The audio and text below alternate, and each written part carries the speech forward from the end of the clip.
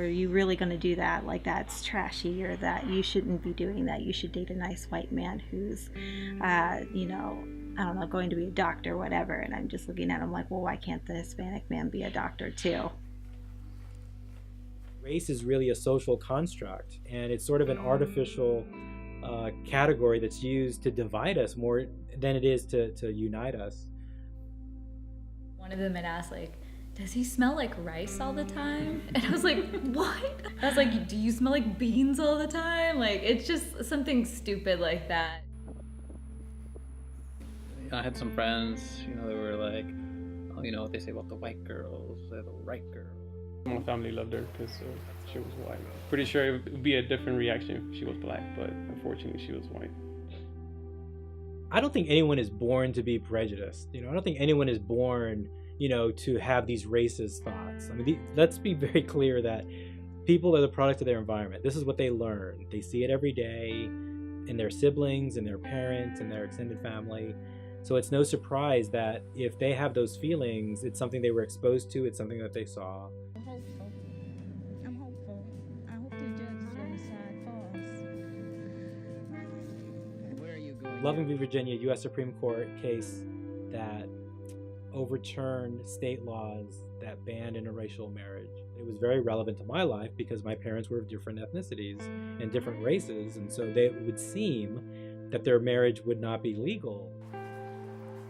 If I couldn't be with him out in public, that would upset me, because he's a person just like I am. The only thing different is our skin and where we were born.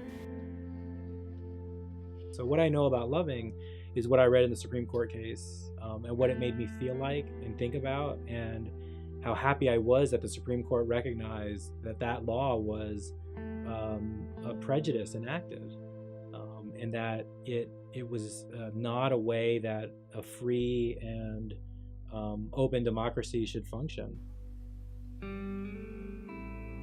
We still wonder, like, how are people going to perceive our kids, or like, what is their experience going to be like? Because when you're not this or that, where people can clearly tell what your ethnicity is, what your race is, that's when you get a lot of questions, and that's when I feel like that's when things tend to go in a more negative way. I'm glad the Supreme Court ruled the way they did in 1969, because I think there are a lot of people like me that are biracial, that come from a multitude of ethnicities, and I think that makes us stronger, not weaker.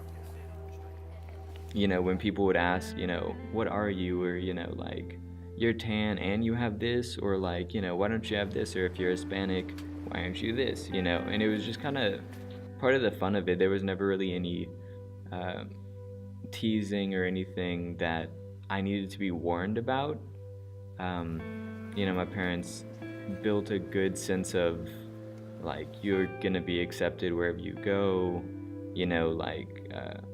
they really didn't talk about race too much.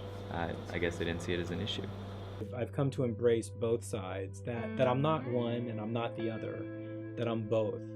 And I remember when I was living in New Jersey, the Japan Society in New York had a special program about biracial people like me, those that were half something and half Japanese. And it was really interesting, because sometimes we describe ourselves as being half of one and half of the other. And the argument in this show was that we're not half, we're actually double. We're double because we can draw from two different ethnicities. And that was something that made us different, made us special, and it really resonated with me, and I remember it to this day. It's just like sad people see your skin color as an issue, like it's your skin color. I think people like that are disgusting, like that think that way. No, why? Like, we're humans no matter the color of our skin, so. And so to me, race and ethnicity was never part of the discussion or something we had to overcome. And I wonder if it's because, I had a model in my parents, like that wasn't anything that I saw that they had to overcome. All they knew is that they loved each other. And so that's what I think happened with me and my wife. And like I said, 20 years coming up, I think we made a good decision. I've kind of dated through the spectrum. I mean, I've dated the blonde-haired, blue-eyed guy. I've dated Korean guy. I mean, I never really had like a thought of that towards like skin color or race or anything like that. It's been more of personality and things like that that I've been looking for. I'd like to think that we as a society are becoming more open to letting people choose what's best for them, because I was glad to have had that opportunity to make that decision for myself, to not have pressure from my family or anything. So I feel lucky in that regard.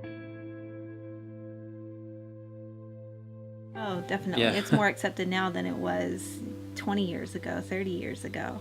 Like I said, my parents went through like all kinds of negative comments left and right. And like I said, when I was growing up, it was like, oh, don't mention that. You look white, you're white. Just keep going with that. And I never really understood as a kid. So I think our kid's going to have a better world to live in and grow up in than what I did.